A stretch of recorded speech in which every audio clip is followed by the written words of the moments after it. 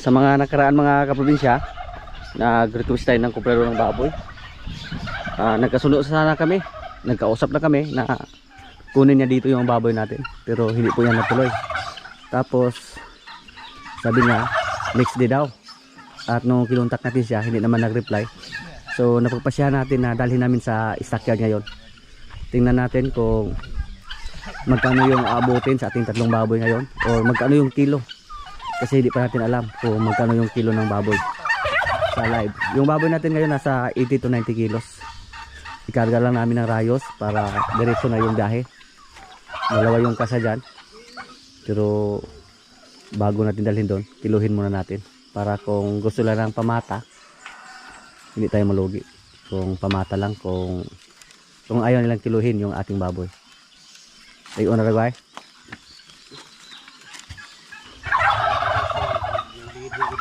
So to ikarga to crate pa yung dire o dili na? Karga ito. Timbangon sa dog. Patindihan ng grupo. Jumbo gilidir ani. Ana. Nasulod na ng bukong lagi da.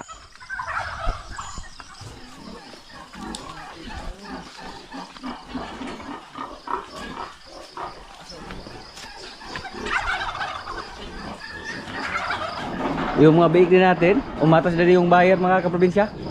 Nagbago din daw yung isip. So, hindi lang natin yan ituloy sa pagbinta, yung mga ating mga bake. Patasan lang.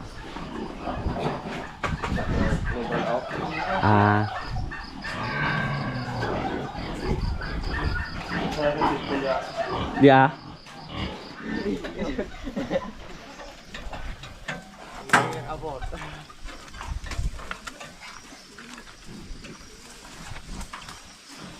Katok sa dong. One down. Maka saya tagikan ron. Yung pangalawa. Hindi lang namin pinakain mga kaprobinsya para hindi sila hingalin. Oh, diha na ilugan. Kuha tong kalabaw daw. Halo. Para masangunan. Anong ginagawa? Talagas ng tiin. Sabisyo na po lo. Sa trabaho na po ko ani. Napag-aaga pa lang. May dulaan man tadi iihi dahil anak god.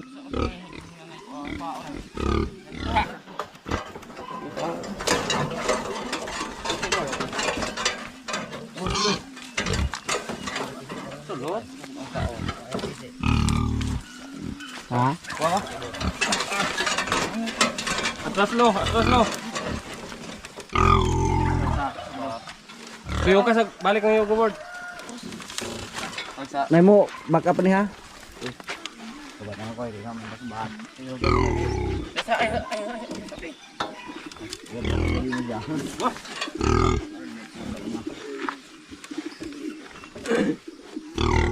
Paloy. Pauna na daw. Saya helper. Dodo. Ito. Helper ka diha. Bantayan mo tiil do ha. Bait boy. Ilapaw daw isa. Yo. Sige. Ay, atras sa kakso. Bungan ipisil ha. Pati di ko. Isa lang karambo. Ay kabalabag anay. Siraban sila. Kinahanap po ng bata ni yung tubo. Nakikabata na. Bo. Rambo.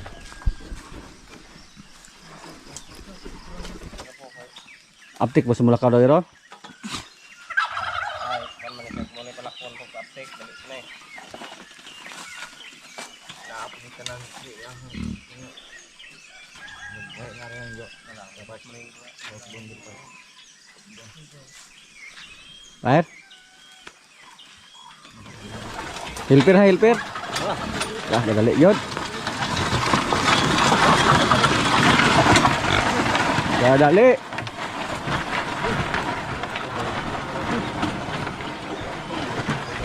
Bisa wala ra ng PC na gusto nga jo ma. Lago man jo. Kuno nga des patag boy. Hilto dito dong. Ano ito? Helper layo ra kay ng helper. Tulungan sa dong. Di na kinahalang baksan, taas man na, di man na malayat. Yari lang ini. Itaas pagi jo. Eh, mana alam ni? Itaas pagi ba di agi taas. Kaya lagi. Ato gabulo balabag siya mo ra sa dili. Dalan oro ba kay structure na ba?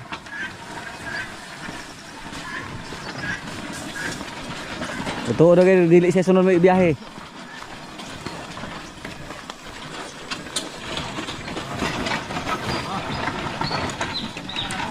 Si Koy pagtuan dito kay murag Ako koy. ikaw dito Koy. Ano ay parang mayana dito ba ilapos sa organ ko una ba. Ya, yan diha na ibutang na diha. Pinagkuha ko na rin tubig. Mo siya dong. Ngaro nga. Ano niya? Wala.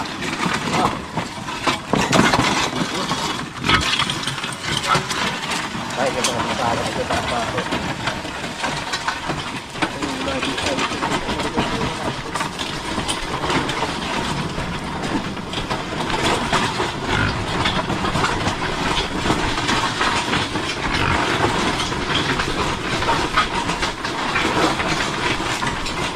May makahawid-hawid ti, boy.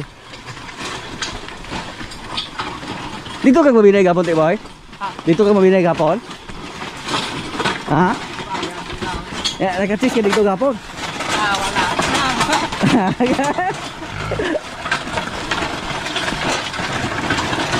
Ang mga private army man yung palinato. Ang palinamo di ay. Asa mo sulong ti? Sulong mo? Tatay ni mo? Ay, tapos dito sa balay. Sako na daw kayo.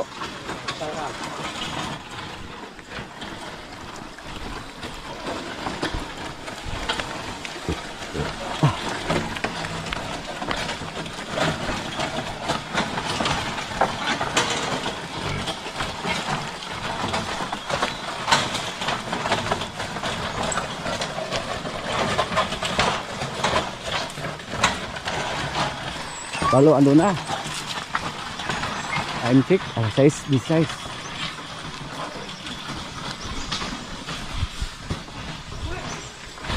Tao kay Rambo. Luger na sa palunong kayo. Sa baboy yung harga. Ang panginay doon siya. Siya kagato. Wala rin yun na bunog jo. Wala na bunog sa. Usara po. Pero aman. May malaking turo din dito. Buti na lang si Palo. Mabait lang. Panginang ba? Sabot pa. Samuhit. Ano? Hindi dadala ko daw. Kita ako mga busag ko na kung ang pinangka. Ala, ay kahera. Hindi pa rin sa una. May dito kabubog tubig nila dito na iron. Ay doon na puno kayo. Sayo pa nga. Lugi rin ilo. Siya mo mura na yung trabaho. Ay ipapapel dong. Kayo mahulog. Bulkin. Naapuli mo po niya posisyon ng babuyagot. Gabalabag po siya. Pulang ang mga. Ito mayroon na. Sige, pirong to. Kaya ba kayo wala mag-iikog? Baboy pre, baboy. Baboy. Biyahe pare. Biyahe pre, biyahe. Kwarta na pare. Kwarta gini kay baboy man ron, kwarta na niya.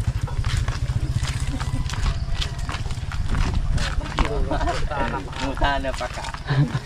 Dubag na daan.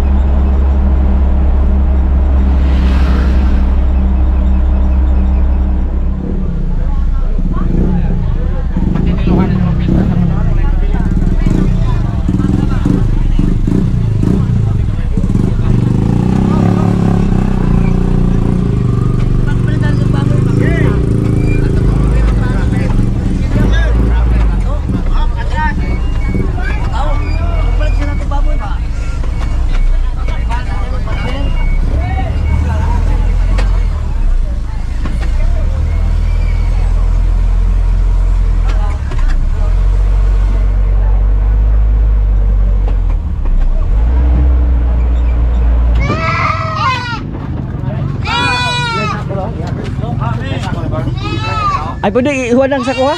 Ihuan lang kuan. Kaya na magidublihan man na.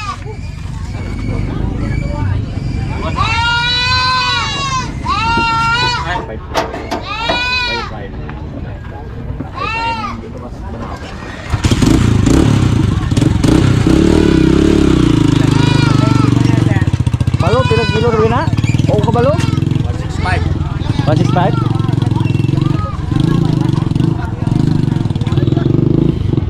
Boss!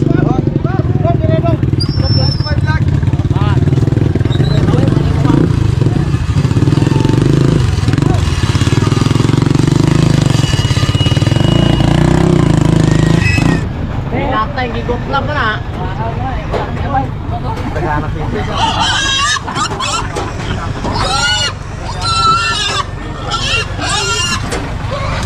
Okay. Mar, sa pedos. Oh, okay na sentos ba? Tindi na trabaho ninyo. Dito sa pedos. Lista Jo?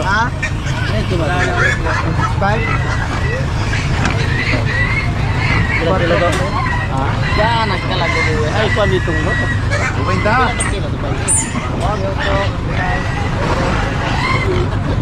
Pinahag lubos. Okay, kesta lang di. Di ba? Tinihag lubos. Sige, tanong. Ina to tanan, polo. Ha? Libre. Ikaw rin bayad ito.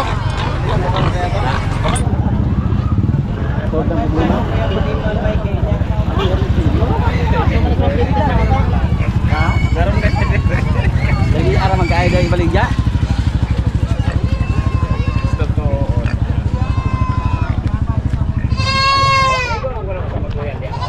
Ulit tayo ta, kaya kwarta rin ta.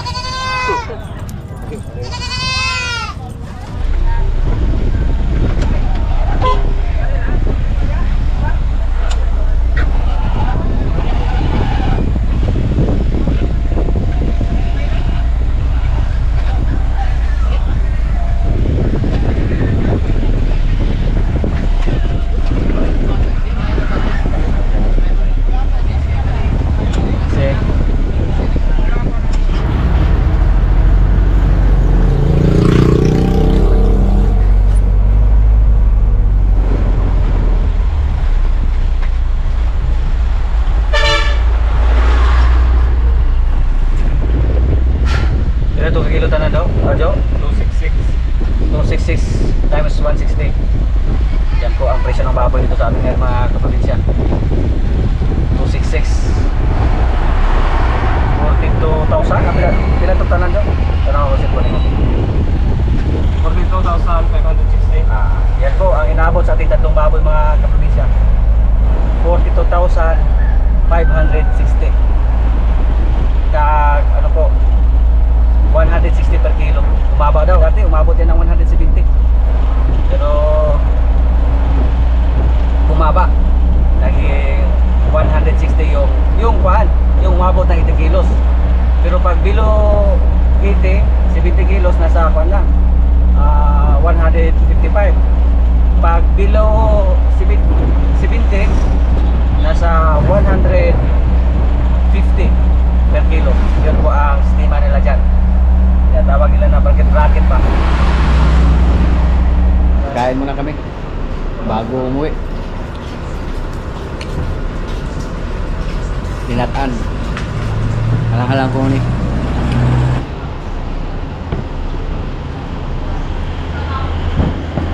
Tama tayo. Yan po mga kaprobinsya oh. Wala nang laman yung kabilang kwarto sa ating kulungan dito.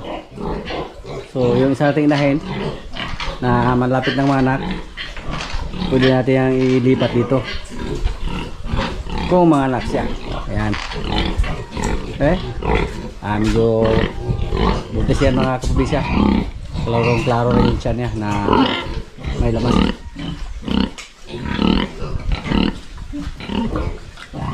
So ilipat yan dito. At saka yung mga biik natin dito. Yan. Hindi po natuloy yung pagbinta kasi nagbago yung isip sa buyer natin. So alagaan lang natin oh. Napakagwapo mga kaprobinsya. 12 heads yung mga biik natin. Panglitson natin sila ibinta. Tapos dito rin Meron. Isang buwan mo lang ngayon. Pwede na yung andito. Pwede na itong litsunin. Doon sa stockyard mga kaprobinsya, napakaraming biik. Yung nagdala ng traffic doon sa gilid, yung mga nagtitinda ng mga biik na nilagay lang sa sako yung mga biik nila. Pero delikado po pag makabili tayo ng ganyan. Baka stress yung biik pagdating natin dito, hindi kumain or magtai. Yan po ang disadvantage kung doon tayo bibili sa stockyard. Stress yung baboy. Hindi natin alam kung saan stockyard na yan galing. Kung hindi pa sana nagbago yung isipan sa ating buyer, wala na yung mga biik natin dito. Na-pull out na natin. Yung mga dalawa nating inahin, nakasahan na yan. Maghintay naman tayo ng mga ilang buwan para magkaroon naman tayo ng biik. Yan po maganda mga kaprobinsya. Pag maglandi lang agad, pagkatapos mawala yung mga biik nila. Tuloy-tuloy yung cycle ba at napakadali lang natin makabintan ng biik. Kung mabuntis agad yung ating mga inahin.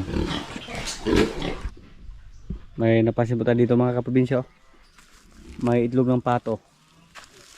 Isa lang. Yan. Kasi yung mga alaga natin dito ngayon, wala na silang bakod. So kahit saan na sila magpunta, pwede sila mag-itlog dito sa labas. Sa mga nakaraan po, dito sa may kawayan sila nag-itlog. Ngayon po kung sakaling mag-itlog lang sila sa labas, mapisan lang yung itlog nila kasi walang ulan. Sa ngayon, wala na kaming nakita na bayawak na pumunta dito sa amin. Pati sawa wala pa. Yung sawa sumugol lang yan dito sa amin kung may ulan. Dito sa amin mga kaprobinsya, wala pang ulan. Kaya yung lupa dito, ano, nangligi na. Yung iba natin mga alaga dati, nung may ulan pa, pinastol po natin sila sa mga tabi-tabi. Pero ngayon hindi na pwede ipastol. Kasi wala nang damo na makain. Na tuyo na. Nalaya na yung mga damo. Yung sibitang, malakas yan kumain. Okay lang yan, ipastol sana. Pero sa ngayon na walang damo, kumpay yung tirada namin ito. Kumpay, kahit mga tuyong dahon ng tubo, kahit mga laya na dahon, kainin ito nila. Tingnan nyo po, oh. Kumain siya ng damo mga kaprobinsya. Yung ito ang ginaginot. Napaiyain na po natin ito mga kaprobinsya. Sana po mabuntis to. Yan lang po ang hanggang natin dito sa ating mga alaga na babaeng baka na mabuntis. Dalawa na po yung kanyang anak dito sa ating area. Isang lalaki at saka isang babae. At yung anak niya, oh, magandang klase din. Hindi pa naglandi. Mukhang pwede na to. Kung sakaling maglandi siya, pwede na to pakasahan. Pinakapa po natin ito ng technician mga kaprobinsya para pag malaki na yung kanyang kuan matris, painjikan sana natin ng hormones or yung pampaulag ba.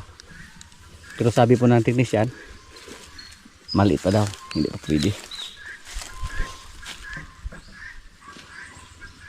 At yung baka natin matapang, oh. Oops. Buntis na ito mga kaprobinsya. Isa siya sa mga nakasahan ni Limer. Yan. Baligya ikaw niya. Pwede natin ito ibenta pag mga anak to.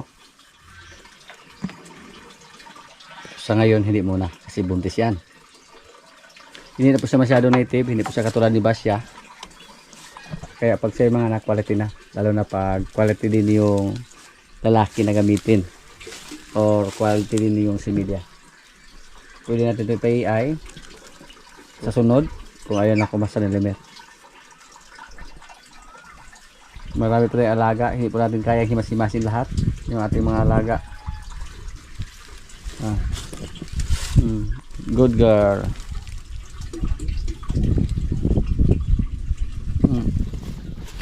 Magbait-baitan siya ngayon, oh. Hindi naman siya totally matapang yung nanghabol ng tao.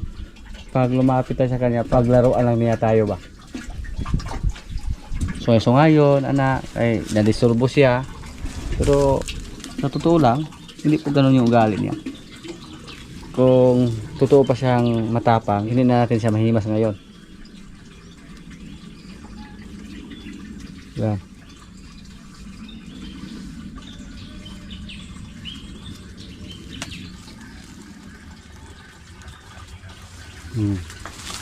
Kaya ko lula lagi siya.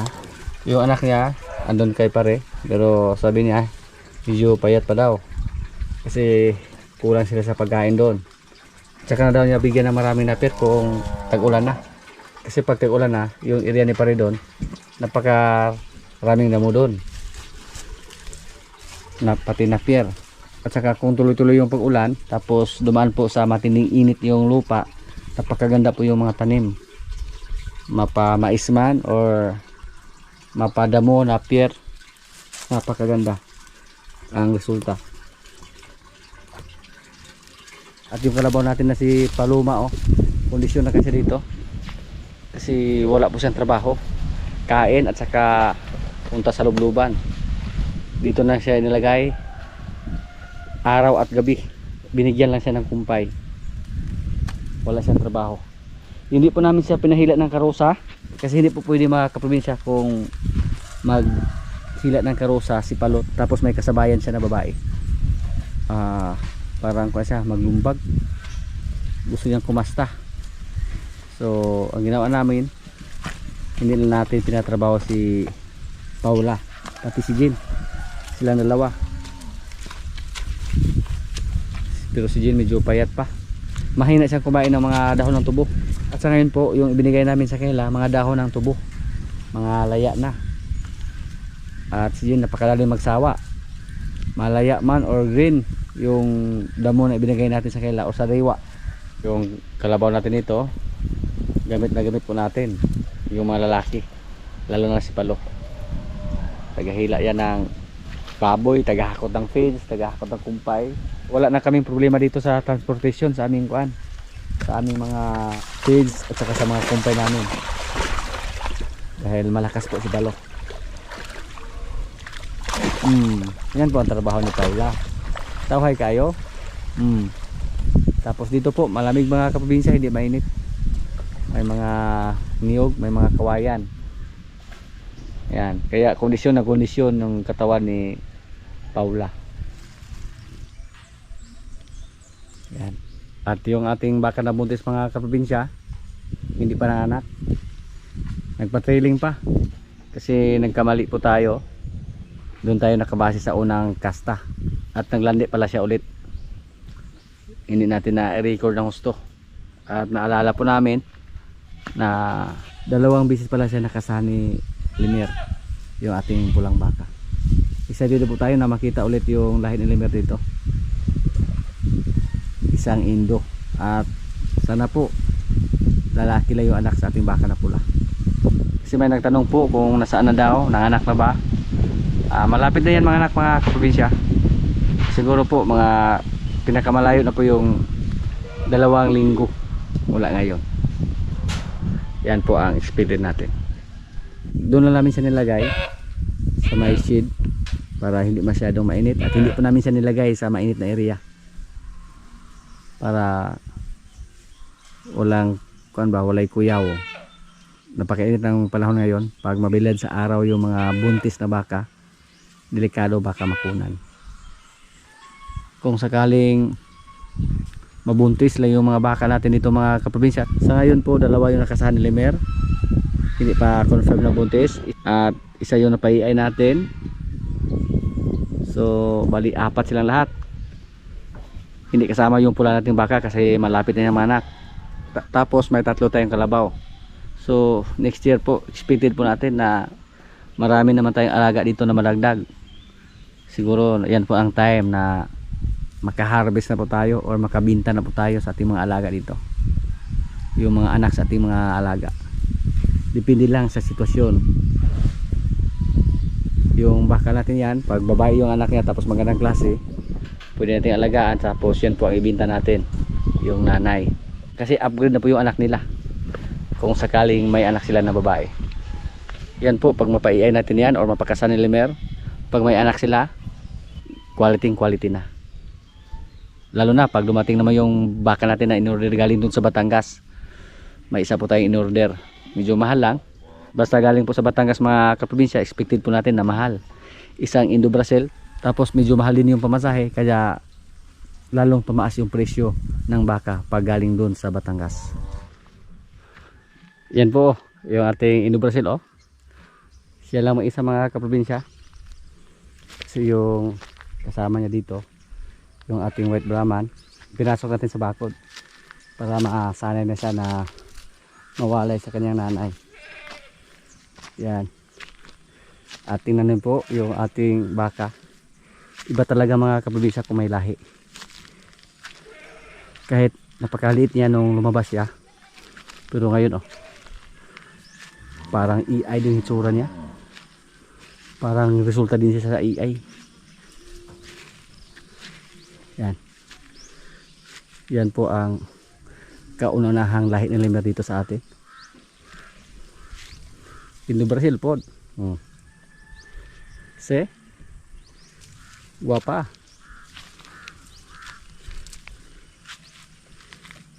Tanggalin namin yung tali niya sa liig.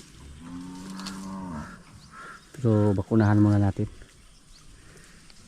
Para masigurado tayo na magaling na yung pusod niya. Hindi pa 100% or hindi pa totally na gumaling. Aning kamot siya, oh. Kahit wala siyang kasama. Sabi niya, bakit ako magtiis doon sa mga laya na pagkain na meron naman dito. So pag manganak yung baka natin na pula, yun naman ang kasama niya, yung anak sa ating bakang pula. Wala siyang kasama tuwing araw, pero tuwing gabi po yung white Brahman natin pinalabas natin, nasa labas lang.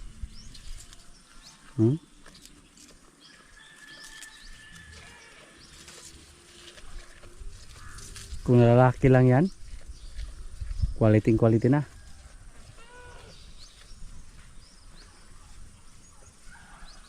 Pero babae, yung kulay niya mga kaprobinsya, mukhang magbago pa yan. Hindi yan pure puti. Halata naman sa kanyang balahibo. Marunong na siya maghanap ng pagkain. Hindi na siya umasa sa didi ng kanyang nanay. Kain ka lang dyan, ha.